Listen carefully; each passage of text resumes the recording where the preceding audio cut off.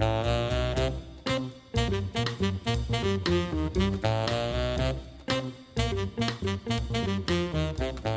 Chuck, you there?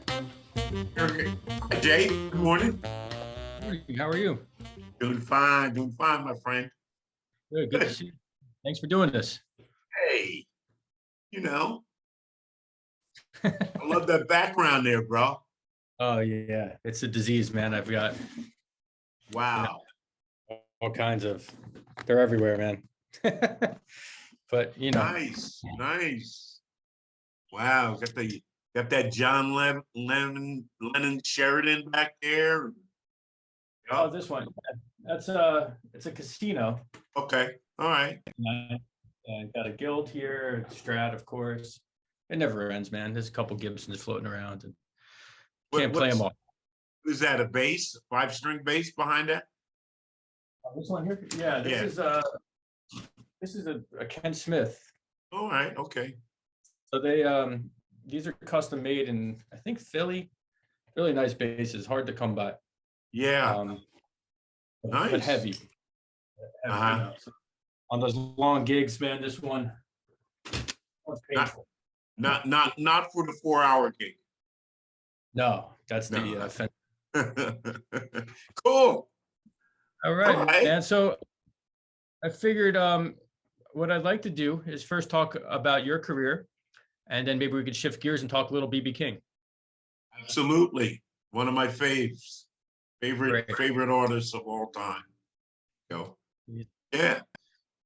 All right. So I guess Chuck, tell me about your early musical training.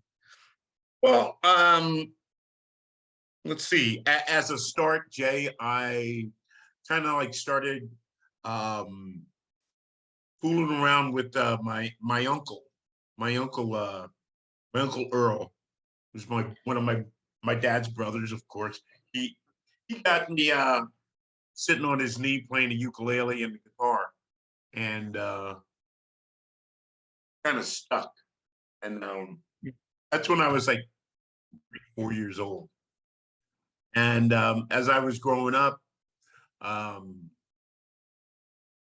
my parents' next door neighbor, he had a guitar, and I would hear him and his friends playing on the weekends.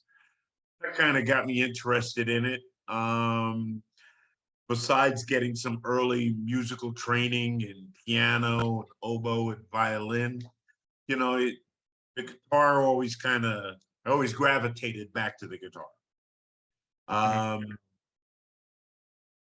so, by the time I was 11 or so, I had my first harmony, and I had a silver tone amp, and next thing you know, I was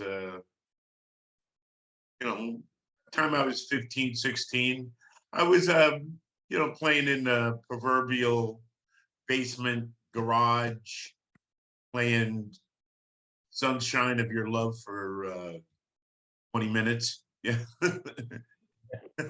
think, thinking we were doing something, it's like, yeah, dan.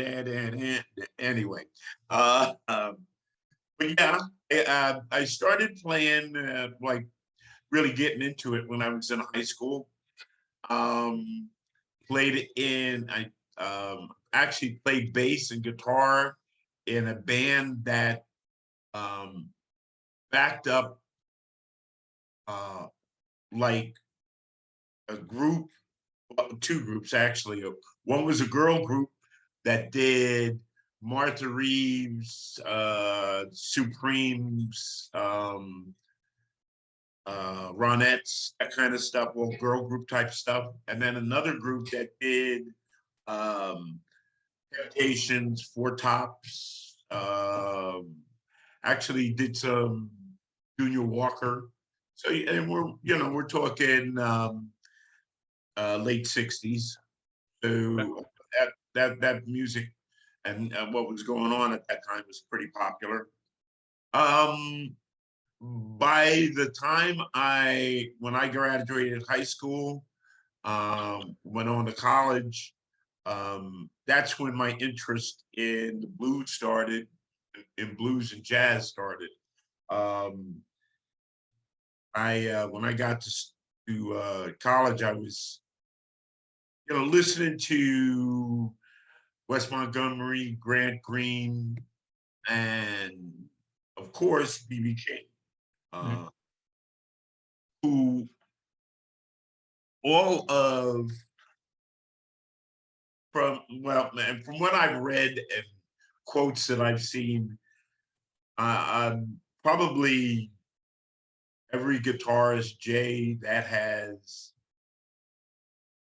played has stolen something from BB King, whether it's Yeah. his, whether it's his, you know, actual riff or playing style or just his the way he sang. Mhm. Um, One of the things that Buddy Guy always um, refers to is the fact that he couldn't sing like Muddy Waters. He Right. could sing more like BB King. Mhm. Get that high falsetto thing going every once in a while, um, which is something that I never got a hold of. But anyway, someday, baby, that's about as good as it gets. That's, that's He's up. about Yeah, as, he's up there on that for sure. yeah, yeah, that's about as good as it gets. But when I got in school, is like when I really started getting into the blues and um, not so much shifting away from R&B, but like listening to um, BB King, Albert King, Mhm. Albert Collins, and of course, Sure. like and jazz guitarists who had one foot in the blues, Kenny Burrell, Grant Green, Right. even West. They Mhm. somewhere along the line, all of those guys, whether you want to call them jazz guitarists, um, or blues guitarists, or even an instrumentalist like I'm trying to think of like somebody like Barney Kessel, or even going back, all of those guys somehow went back to blues as a basis for what they were doing, Right. whether it was strict improvisation or as a backing to vocalists. Like one of my like for hours, Jay, for hours, I would listen to Joe Pass playing behind Ella Fitzgerald. Like Mhm. that was like being up in the clouds. It Yes. was heavenly to hear that combination. Um, he was also one of my like favorites to listen to. I just like the idea of chord melody and improvisation, and I was always astounded by um, like some guys talk about, wow, he's so fast on his guitar, like talking about the Eddie Van Halen or other guys that could Al Di Meola or something like that, whatever. But Joe Pass had, yeah, he epitomized fluidity. It just music just kind of like his Yeah. his solo just flowed, and that always amazed me. Yeah. So He was also, he had that technical ability as well, but didn't purely rely on it. I no, think no, it's a great, no, him with him backing singers backing yeah, singers is a totally different thing. yeah, Rebellis perhaps is another one, uh-huh, maybe yeah. very rooted in the blues tradition, but I mean, um, there's some guys that like had that blues tradition in them. He was one of them, and I can think of listening to you know um um like guys like Jim Hall, you know like I said, Grant Green was one of my favorites because he was really steeped in it, Jay. I mean, like a lot of the stuff that he played, and like people don't even, you know, um, put him in the conversation of jazz guitarists that like really set the road. Um, Yeah, I would agree. So one of the shows I'll be doing for this year is Grant Green's Idle Moments. yeah, And yeah, for me, it sounds like you might share a similar opinion. When I show students, I try to get them into jazz from the blues, perhaps. yeah. He's usually the figure that I point to because his music, his playing is accessible. I mean, certainly very gifted guitar player, but you can hear that blues tradition. Right, And right. what I always found fascinating about him too was like he'll come up to a phrase and it might not actually technically work, but he'll just play it 50 times over and Uh-huh. over till it makes it work, you know? Yeah. Just the Yeah. confidence he has. I mean, there's a Yeah. lot there between honestly between I when I started like doing like the crossover thing, moving from jazz stuff to blues stuff and back and forth. He and Kenny Burrell were like they were the cookie cutters. They were the molds. Those are the guys that I listened to get to understand how blues and jazz were like this. They weren't separate entities working out um, separate universes in the cosmos. They were linked, and after doing some reading and researching, finding out, Jay, that was, hearing, people like really learned musicians like Wynton Marsalis, say that, the basis and of all jazz lies in the blues. That's where it starts. And you listen to, some of the what I call the originators, like Louis Armstrong, and of what we call jazz now. You listen to them, and but what they were playing, essentially was improvisation off of the blues, and then Right. you listen Uh, to stuff. Yeah, you listen to some of the old blues guys, and their I think their sense of their sense of knowledge of what they were going through at the time reflects that connection between jazz and blues. yeah, and I mean, there was that crossover too, where Right. Louis Armstrong would play with Bessie Smith, Yep. Fletcher Yep. Henderson with Ma Rainey. Yep. Uh, so particularly with the singers and the female singers. Yeah. Yeah. Yeah, so But yeah, that BB connection. was always the when it came down to that that idea of the crossover. Right. Believe it or not, reading his biography and hearing stories about him, it kind of fit that the idea of a musician taking taking on a certain genre, but being influenced by another form. Like one of his big influences were Charlie Christian and Django Reinhardt, and you could hear it. Yeah. You hear it in his playing, and you hear it in his repertoire. Like one of the things we were talking, we had discussed was Live at the Regal, which is probably one of the best live recordings ever made. You know, right up there with Live at the Fillmore with the Allman Brothers. It's like that. It receives that kind of accolation. Um, he and you hear it in his in some of the arrangements that he's doing. There's some stuff that swings. then there's the ballads come across like like I hear, and the Regal was like, like Chicago's answer to the Apollo. You get, and you hear the girls in the background screaming, I mean, it's and you have this as well when I watch you play.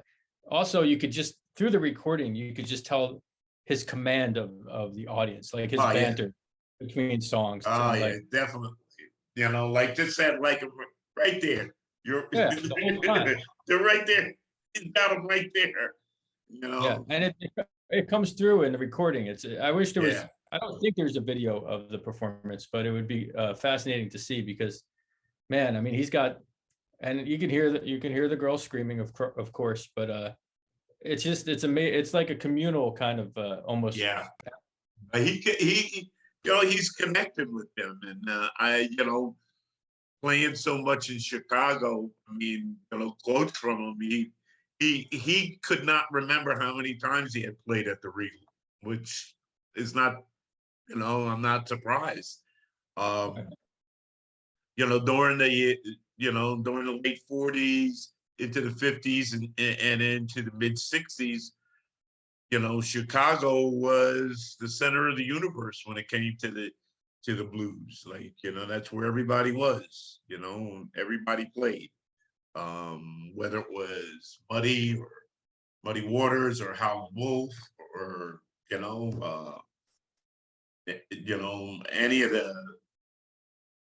any of the blues musicians that were, coming through, that's where they were. Little Walter, Sonny Boy, they all played in Chicago. Um, Right. That was where Chess Records was, of course. exactly. Yeah. That's, Surprisingly, B.B. King was not. He was not a part of it. I don't think he ever recorded with Chess. I'm not oh, that I know. no, he's In that never, same he's universe. not on anything that Chess ever did. Which is kind of surprising considering everybody else was.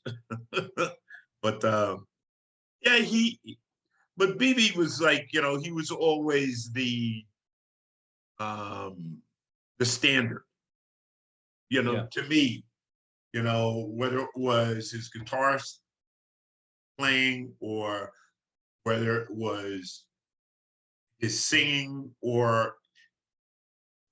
just or just his stage presence. And having met him a couple of times, I found out that what dawned on me the most, what I found the most impressive was the sense of selflessness and humbleness that he had.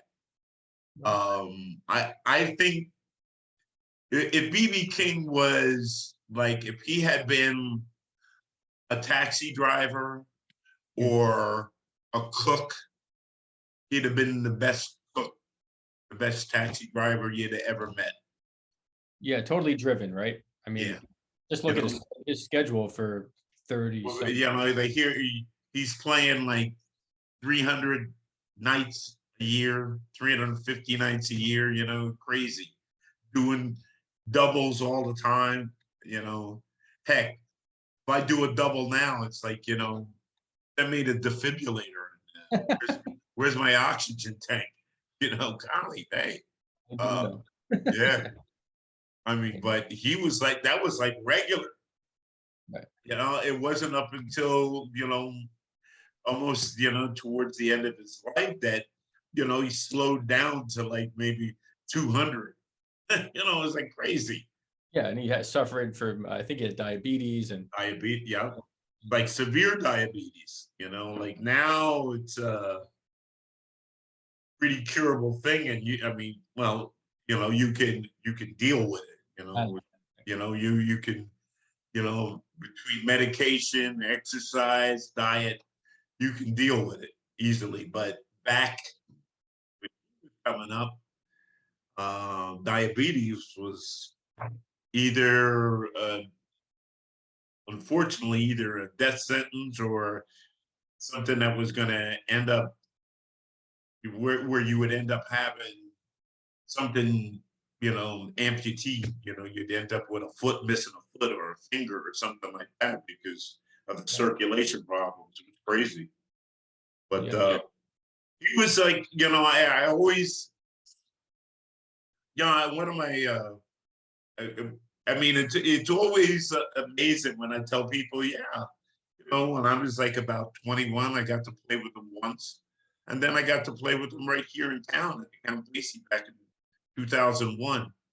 And Yeah. it was like, yeah, so it was always he's always been the, um, I don't know, the, to me, Jay, he's always been what you strive to be. If you Right. wanted to say, if you wanted to be, the best blues man you could be, or the best musician you could be, then, just take a page from the BB King book, because, he had it all.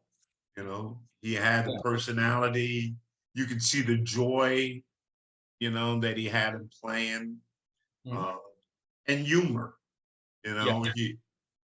He was never one to make it out, make himself to be the um the center of. I mean, he could always tell a joke about himself, make light of his, what his career was, and that always kind of like struck me, part of that humble thing. Right. And of course, like he, especially like around this time of the album, it was like kind of a particular time for blues music. We had the British invasion starting around 1964, so a lot of white English musicians were kind Excuse of me. repurposing the blues, right? And Yep.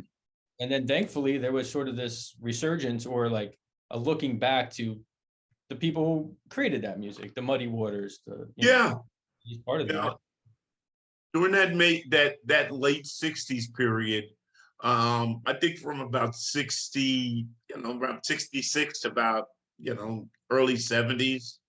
By the time I got out of college, I mean, that's what it was. I mean, I was when I was in school, I was playing in a band that did much the same with, you hear stories about Bruce Springsteen and the E Street Band playing backup for Chuck Berry and Gary U.S. Bonds. You hear these stories about how they played, backup for him. And while I was in school in the late '60s, going into the early '70s, that's what I was doing. I got to play with a lot of old blues guys who were traveling around. They couldn't afford to travel around in full band. They Right. didn't have like the tour bus Mhm. that you see nowadays. They couldn't do that, but they would throw everything they had in the back of a station wagon, Mhm. and they would travel around from campus to campus, from club to club, and I got to play with uh, Jerry Hooker. I got to play with JB Hutto, which was pretty big for me. Sure. You Yeah. know, being a 20-year-old kid, that was like great stuff. I was like, I mean, and then as the colleges in up and down the East Coast were latching on to the whole, retro blues, era. You got to meet, Muddy Waters or Memphis Slim, playing piano. They were, and they were cousins. That was pretty cool. You get, and these guys were very accessible, especially if you like, bought them a pint or something, like Helps. that was- pint and Johnny Walker get anybody talking. Yeah. So this was with the Tim McCabe band. Yep, yep. I Cool. don't even know what's going on with Tim anymore. I don't even know where he is, but that was like 40 years ago, maybe 50 years ago. Right. So you did your college at Lafayette College, right? Lafayette, yeah, Did you yeah. study music there, or what were you studying? I'm still in political science. They didn't have a music department. Um, playing playing basketball and studying poli-sci and history. That was what I was majoring in. The idea of music wasn't a necessarily a fanciful idea in my family. So, where did you grow up? Did you grow up in New Jersey? Where did you grow Yeah, up? grew up in New Jersey and Plainfield, up north. Had a lot of musicians in and about Plainfield. I mean, of course, you talk about George Clinton and the Funkadelics and all the guys that were in that band. And oddly enough, great jazz guitarist George Van Ex. He was from Plainfield. A lot of music in and around that area. Bill Evans, right? Was he Yep. from Plainfield as well? Yeah. Yeah. Yeah. Bill Evans. A lot of, of course, New Jersey has its own, stellar music history, not just down here on the Jersey Shore, but especially up north, when you get up to, Hoboken and Newark and Sure. that way. Who was that guy? Frank, what the hell? I can't think of his last name. Okay. From what? Sinatra. Oh, Sinatra. You're talking about Sinatra. Yeah, he was pretty well known, I'd say. I think that's what he got somewhere. I don't know. He made it thing. That's funny. He played a couple of clubs around the area. It's crazy. Yeah. So talk about you said you met BB a couple of times. Talk about your interactions with him. Well, the funny thing about it, and this is what I mean, Jay, about when you learn something from just meeting somebody, hanging around with them for 15 minutes, a half hour. You one of the things when I was at Lafayette and about 20, 21 years old, they he he played a concert at Rutgers up in New Brunswick. Okay. Mm-hmm. And the band I was playing with at the time was also playing that concert. So I got to meet him there. Didn't get to play with him, but at the time, and we're talking like this is like 69, 70, 71. He was going through some pretty tough financial problems. So he didn't have the big band that he had, like that you hear like now or later on in life. He didn't have like the horn section. He maybe had one sax player, keyboard player, the drummer, bass player. He was down to like five guys. Mm-hmm. That was it. And that's how he was traveling. So that was interesting because you he was a lot at that time. It was a lot of he was a lot more. I guess you're going to call it focused. He was a lot more serious when I was talking to him. Probably because of the clouds kind of hanging over his head. If you read anything about his biography, that was like a tough time for him because taxes and business investments that kind of like went south on him, that type of thing. Bad management, and but then he got on his feet. Things got better, and when I met him back in 2001 at here in town at here in Red Bank at the Count Basie Theater, he was a different guy. He was like Mr. Happy-go-lucky and joking with everybody, and um, you know, um, I have a Lucille model guitar, Right. and when I asked him to sign it, he asked me if we'd like to trade. Okay. I was like, I don't, I thought about it for a split second, and I said, nah, I don't think so. My wife would not like, she wouldn't like the idea of that. No, that's all right, B. I appreciate that, but I'll keep mine, you keep yours. But it would have been nice, but I don't You think so. sign it? Yeah, yeah, yeah. He signed it. Got a picture, and they took with him, the whole thing. It was fun. He was, he was a very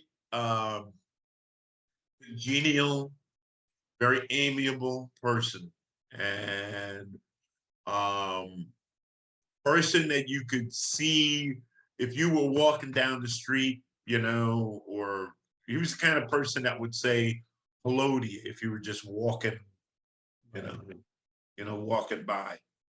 He had that kind of personality. And me, that really kind of stuck because we need more of that in our world, in our day to day.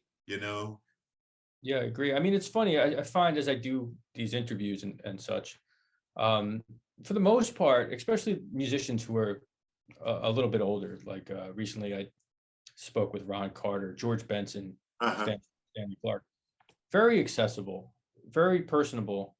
Whereas maybe in years past, I don't know that that was their reputation necessarily, but it seems like almost with some musicians, with age, they almost develop a new appreciation for their fan base. Yep. And I think for what music has given them, Right. you know, like you say, you're talking about Ron Carter and George Benson. These guys have their music has taken them all over the world. Yeah. They, Europe, Africa, Southeast Asia, all over South America. I mean, these guys have been everywhere because of their music. And I think as probably, especially for somebody, like Benson who lives right up the road in Englewood, you know, you would think, you know, he probably at a point where he says, I'm lucky. I've been lucky. I've been blessed, and that's what always got me you know, um, about, being around BB King. Yeah, he had the fancy tuxedos, and he always you know, he makes sure you saw that big diamond ring that he had on his hand. Right. He made, I mean, how many times do you have somebody talk like this? Yeah, yeah, yeah. Hi, Yeah. how you doing? Hi, Jay. And this ring is like It's the blinding. size of an eyeball. It's like, okay, I got it. Yeah, Yeah, you got money. We get it. yeah, you got my attention. I see that. With he, but other than that, which was like okay, I could see that, your art, your music, your art has taken you, far and away, where most people might not get, and you're thankful about it, you know. Right, right. And and that interaction with the audience, and again, I mean, you do it. Yeah, It makes people want to come see you again. I mean, the music's brilliant, of course, but also it's that personal experience. And like even those 15-minute interactions, they're really meaningful to some yeah, people, and yeah, they have millions of them, throughout the course of their life. And then conversely, if you have a bad experience with a personal musical hero, you remember that as well, you know? Oh, that's for sure. That's for sure. I did a festival out at Great Adventure once, and um, big name musician. I'm not going to mention any names, but big name musician from the West Coast was playing, him and his band, and you know we're in the proverbial green room, and he's saying hello to this person, saying hello to that person, and as I approached him to speak to them and say hello to him, he turned his back on me and walked away. And I'll never forget that.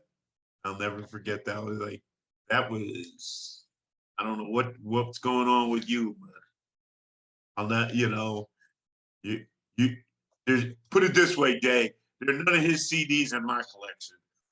Right, right, which is a shame because you probably appreciated his music, Oh, you I know? did. I did. That the whole there's a idea of music that came out of the West Coast, that the whole West Coast swing, blues swing thing was big in my head, and it was like part of it. And that individual just kind of like ruined it for me just by, not being accessible, not being the person I thought he was going to be. Yeah, Simple. I'm gonna get you to tell me off the air who that was. That's yeah, it's a shame when that happens, you know? Yeah. It's hard to sometimes separate the music from the individual. Of course, Chuck Berry's a classic example. I mean, Yeah. brilliant musician, flawed guy for sure. And Yep. Yep. you have to come to grips with it because he contributed so much. I mean, Yeah. Yeah. I mean, you hear stories about, you know, some of these musicians, and you'd be like, you know, unbelievable. Like you read some of these things that like about different musical heroes, like the Eric Claptons or the Keith Richards, and you scratch your head and be like, what were you thinking? Or are you still alive? that, You you know, know, how are you still at the things you did? How are you still alive? Oh, yes, and then for some of them, you know, those those excesses, and those the past that they took as they're getting older, they come to back to haunt them. You know, absolutely. yeah, they do. They do come back. Yeah, But anyway, but yeah. BB was live at the Regal was great. I was listening to it again to refresh my memory, and I was astounded about certain things. Like the first song, "Every Day I Sing the Blues." The first time I heard that was I heard Joe Williams singing it with the Count Basie Orchestra. Right. So in my head, it's like, it's swinging, yeah. It's like got this big band swing to it. The way BB King was doing it was like this S flat tire shuffle. I'm like, wow, that's different. I never realized that. So No, I totally know different thing. it's pretty amazing. I mean, he finds a way to put other subgenres into the blues that's quite remarkable. There's some Yeah. Latin elements. I'm drawing a blank as to which piece it was. So definitely some R&B, Oh jump yeah. blues. I mean, and he could cross genres in such a remarkable way. Well, Woke up this morning. That's the one I'm thinking yeah. of. See, that's what I was just gonna tell you that. Woke up. It's got this like rumba thing going on. This fast rumba. It sounds like something Harry Belafonte would have done. You know. Right, and yeah, who would think to do? Yeah, I mean, who would it's have thought that done you'd put before. the blues behind that or in front of that? I Yeah, don't know. Yeah, yeah, it was crazy. it's pretty cool, and of course, then he did How Blue Can You Get, and that was remade into a like a rock. That's uh, that's a what is that? A blues rock staple now. Yeah, You know, how blue, You Upset Me, that's another blues rock staple. Right. So, How many guys have, like, covered that one, from, Johnny Lang to, I don't know, you know, Joe Bonamassa, all those guys who covered You Upset Me, that's just a blues staple. But yeah, he's, it was kind of unusual. It's like listening to how he, put, like, you hear the Please Love Me. It's like got this really long guitar intro thing going on, and it's like, wow, you hear all these influences from, Charlie Christian and stuff like that, and he gets into a swing groove, and I'm like, he really knew what he was doing. And it comes across like that he knew who his audience was and who he was playing for. right, right. And I think one of the funniest ones, he gives this relationship advice, and what you done lost your good thing now. And I'm thinking, this guy was married twice. He had Twice. 15, Twice. 15 I think it kids. was more than that, man. And he had Yeah, like what was it? The story guy had 14, 15 different children, and yeah. None of which with any of his wives. yeah, yeah. Yeah, so it's And like, like, he 20 grandchildren. Crazy. yeah, yeah. I know when he passed away, like they were all fighting over his estate. Yep. And That's a shame, but yeah, it is what it is. It is what it is. but he just to have it's kind of the balls to like talk about relationships with you, and the things he says you probably couldn't even say now. He would Oh be no, absolutely not. yeah, That the line about the line about, don't take a knife to your man. right.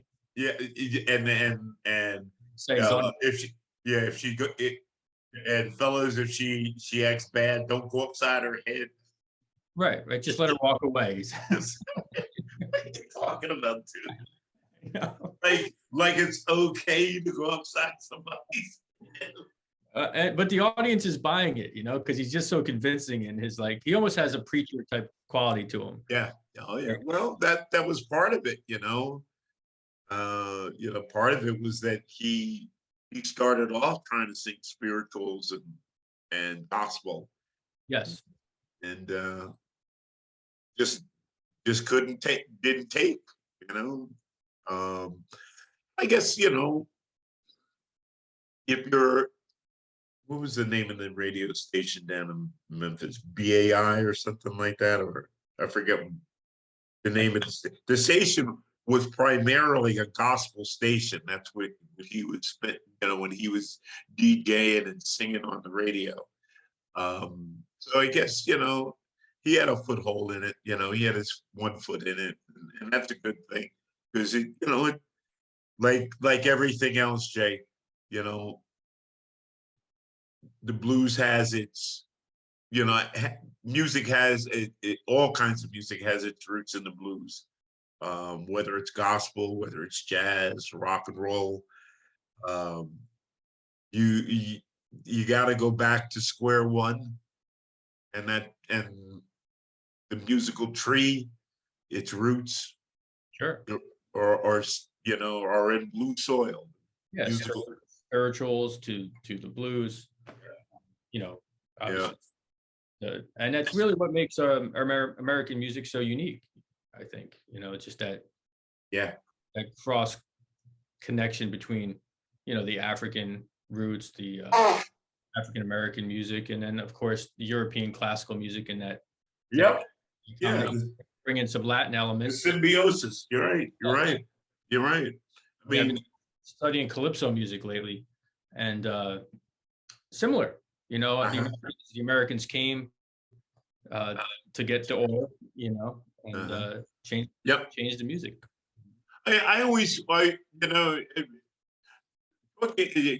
mean, yeah, of course, we're talking basically about BB and his, different things that influenced him, and you can hear it in his music. But I always get back to, one of the things about like Bob Marley and Yeah.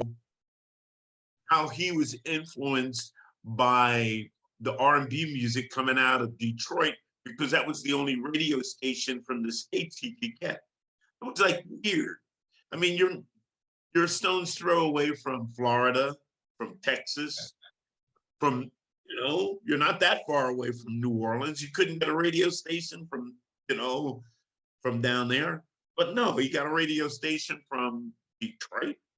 So all that R&B, all that Motown stuff, that's what influenced him. That's where I take crazy. But I think it's all in the plan. Yeah, right. And we're a product of our environment, of course, Exactly. and Yeah. and thank God that was the blend he came up with, Yeah. because the guy was, he's one of the best, Icon. Good deal. All right. So, I think we covered BB pretty well. What do you think? I think so. Yeah, man. Anything you want to tell listeners? I know you're playing everywhere. What's going on with your music and your band right now? Well, let's see. I host a jam tonight up at the Blue Moon in South Amboy. That's from 7 to 11. And tomorrow night, Friday, me and the fellows are at the Cold Snake Inn. Your friend Eric Salkin, he'll be there. Yeah, we just did something on. We played Friday, and we're playing Saturday. I got a gig with him actually. Yeah, wasn't that the new place in Long Branch, right? Oh, where am I at Saturday? Yeah, that was the place in Long Branch, 21A. It was pretty good. And then on Saturday, we're in the water. I always get these mixed up. The waterfront in Forked River, Tom's River, big place with boats coming in. I've never worked there before, but should be fun. He's always a nice guy to be around, Always with the jokes. I love that. I love that. He comes up with these jokes, and he's got me laughing, and I always tell him, I said, man, I only got one word for you: therapy. Just get some therapy. Then he says, "So why are you laughing?" I said, "Well, I didn't say I didn't need therapy. I'm just saying." I think all musicians do, probably. All musicians need therapy. Absolutely. And that's why we have to be on stage and release it. Do what we do. Yeah, absolutely. All right. Well, Thanks I know a you lot. have the website, man. So chucklambert.com, that's where you list your. Okay. Yep. So we'll go there for everything. Hey, man, great talking to you. Thank you, Jay. God bless. Peace. Peace, brother. Peace. All right. Take care, man.